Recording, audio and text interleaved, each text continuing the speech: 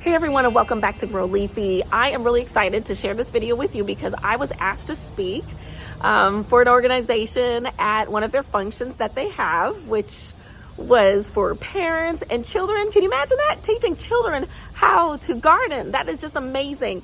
And we had a really great turnout, and so I was their keynote speaker for that day, and it was just really awesome just to share my story of how I got into gardening. And then they were planning on growing herbs as well. So I was talking about the benefits of growing herbs. And then I also show them how to start their seed trays. So it's springtime and many of you are getting started. Many of you have questions, and I really wanted to share this presentation with you as well. I'm gonna break it up because it's gonna be a really long video if I put it all in one, about 50 minutes, but I'm gonna break it up. All right, let's get started on this video. It is such a pleasure to be here with you all. I am really excited about this opportunity. Thank you very much, Alpha Kappa Alpha, for inviting me here to speak with you all, to speak with all the families and to see children, because just education in gardening and taking care of ourselves is so important. And my name is Alethea Victor, and just to tell you just a little bit about myself, I have been gardening now for about 3 years. Maybe this is now going into my 4th season. And before I even started gardening, I never had a green thumb. I did not know how to garden, not at all. I didn't have an interest. I wasn't curious. It wasn't interesting to me. And even at work, I've worked in the school system here for a very long time, for maybe about 17, 18 years now. And I've worked with children as a social worker and as a school counselor. And now I train different schools about trauma-informed care. And one of the things that's really important is taking care of yourself. And so gardening is definitely a way to take care of yourself. And as I learned about gardening and learned about this whole thing about growing your own foods, because I had no interest or idea about it, I started learning about the health benefits that come along with it, the way that it makes you feel when you get to go outside and spend time outdoors and connecting with nature and the ecosystem and the importance of the ecosystem and saving our environment and caring for it, and just different little things that were not important to me that I now recognize as being very important. So I'm much more intentional about the decisions that I make when it comes to gardening. But I even, as you can see, little links now. So if you have a cell phone, take your cell phones out. Where are your cell phones? Now, that's how you spell Grow Leafy. I also am a social media influencer. I mean, that's what they call it, I guess. But basically, I teach people on my journey what I have been learning. So literally, I'm the girl next door, learning how to do this and teaching other people. I was not an expert in this, and so I know this is definitely something that anyone can do. If I can do this, I'm like, oh my gosh, I felt like I was hopeless with learning this. But choose whichever platform. If you're on Facebook, you will definitely get some engaging communication with other gardeners on that channel. YouTube, a little bit here and there, but YouTube as well as growing. And then if you just want some quick short videos, you could, the TikTok. But I post the same videos on all the channels, so whichever is one that you choose.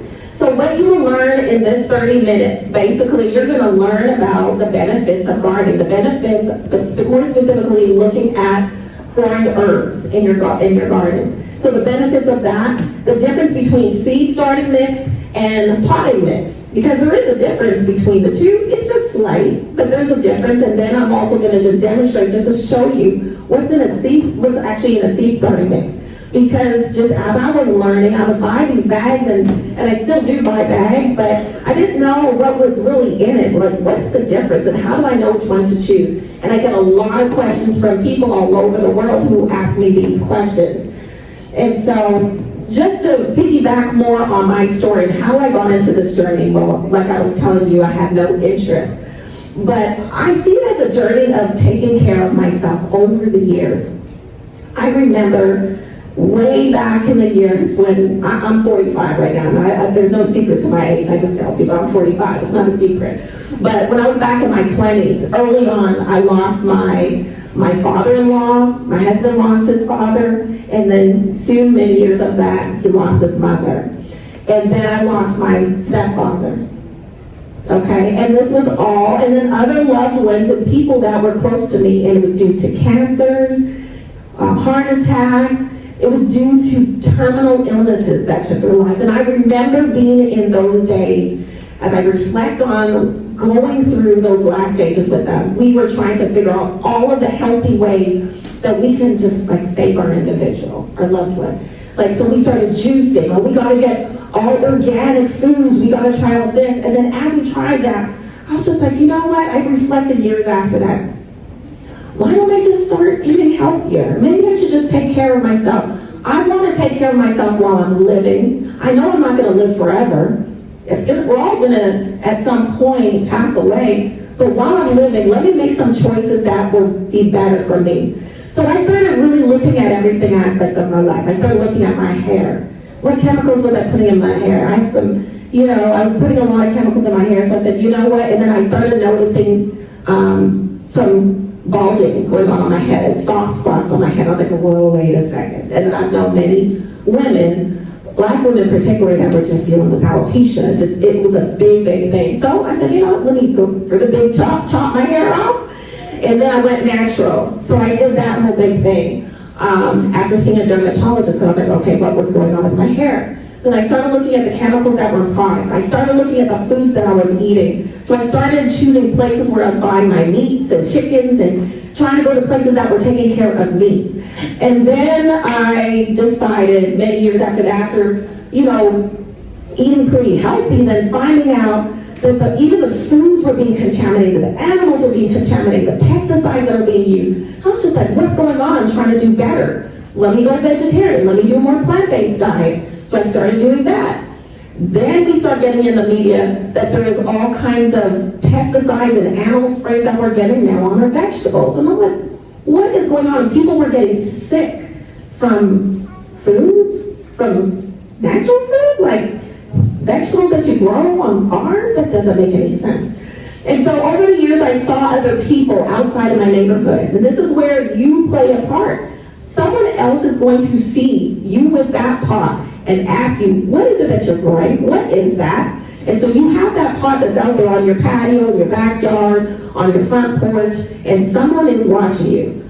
I was that person watching my neighbor. I watched my neighbor over a course of 5 years, because I wasn't interested, remember at that time? I watched my neighbor, and I saw his garden grow from little to bigger and bigger. And then I decided maybe I can do that, because he started from pots. And I remember that first year when I started gardening, I failed severely. Nothing grew. I remember going to my neighbor and saying, hey, come here, I think something's growing.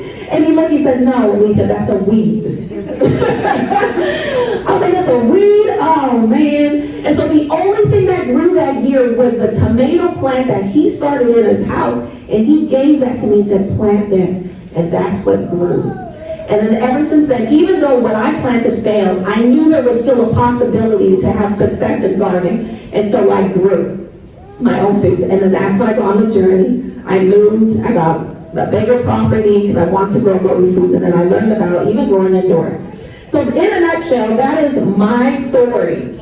And as I reflect back on lives, and as working as a social worker and as a counselor, I'm working with many people that are faced with trauma, illnesses, sicknesses, diseases.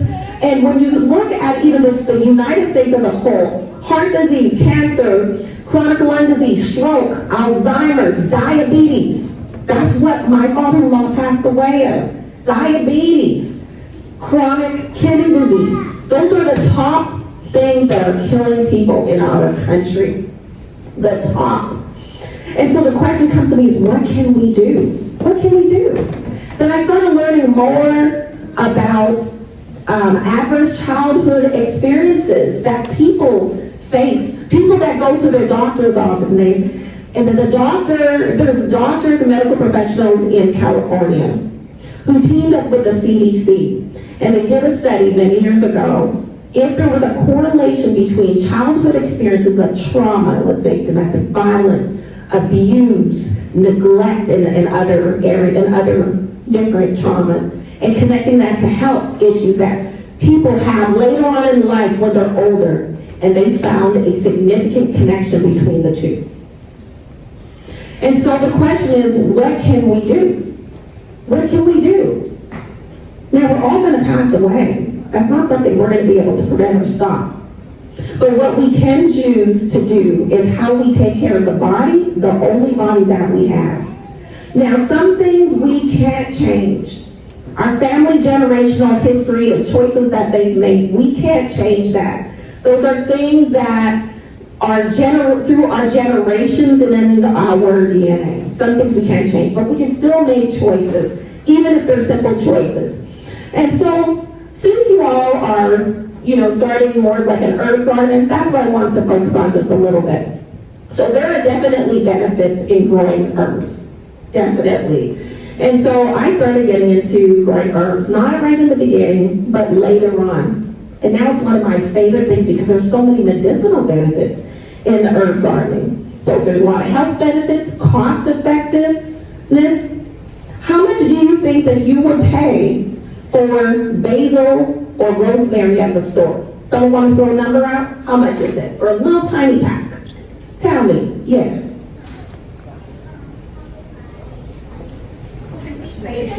$20. Woo! That's steep. That's really steep. Is it going to grow my hair? That's what I'm saying. That's nice. Now, it's not that much, but it's probably, I'm guesstimating, would you guys say maybe about $4 to $6 for a little small pack? That is probably one little branch that they just clipped off of some tree, right? That's it.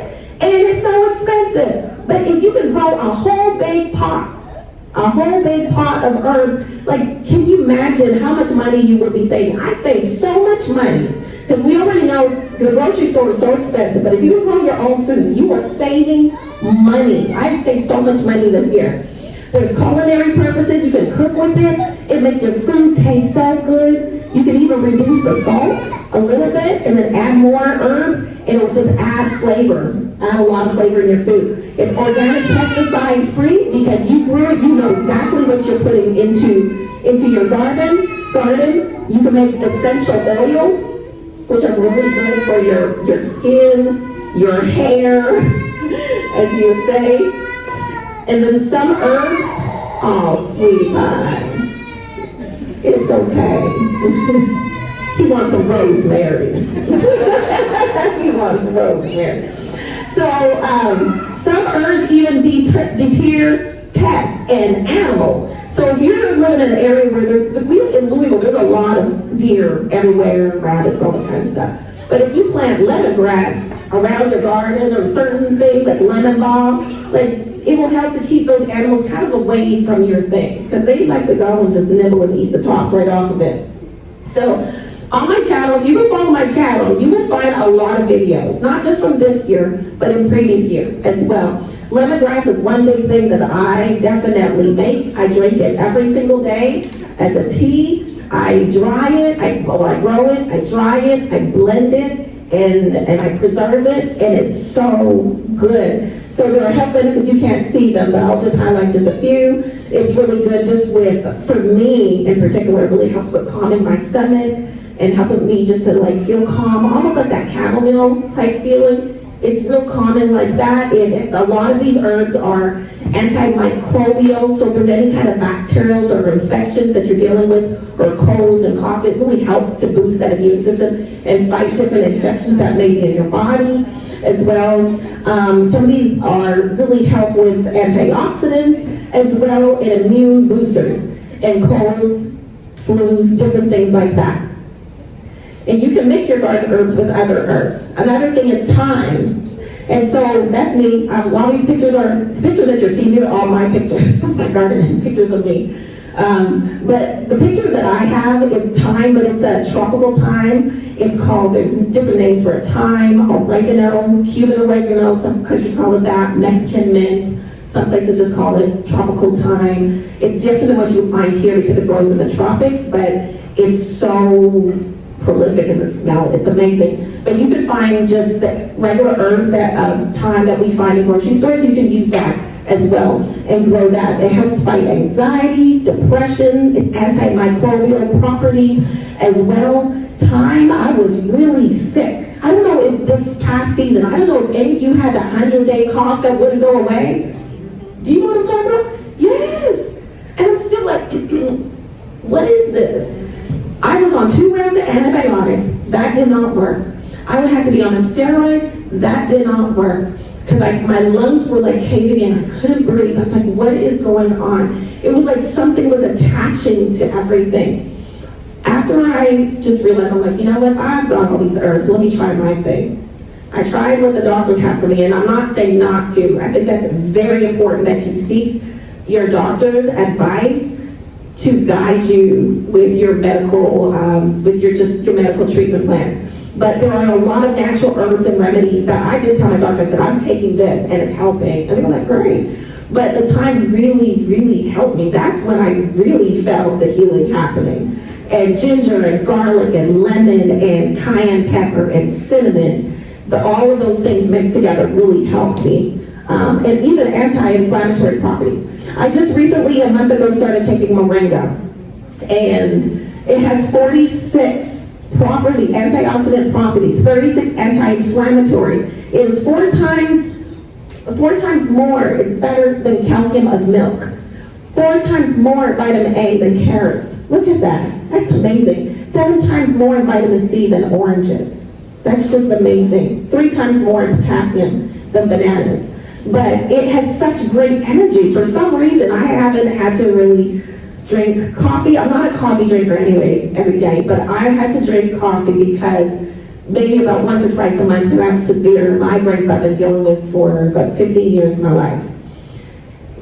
And I just started cleaning out. I went on another extreme of just, let me clean out whatever it is that I'm eating. I cut back on dairy, because I was dealing with these severe migraines that were starting at the back of my neck all the way to my head. And I started taking moringa powder, ginseng powder, and thyme. Thyme not every day, but mainly those 2 things, moringa and ginseng powder.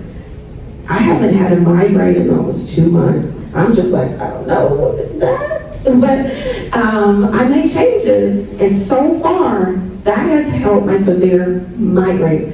And I have a lot of energy. I had the need of feeling tired in the morning. I don't know, but there's an energy booster in moringa, and so I bought the seeds, and I'm starting to grow the plant. It is a tree, so it doesn't grow year-round as a perennial here, it just grows annually. All right, basil. We all can get our hands on some basil. Basil also reduces stress and anxiety, memory, improving mental clarity and memory, immune booster, reduces inflammation, excellent for fighting against body toxins and things like that. These are the benefits of herb. Okay, that's it. I hope you enjoyed that one.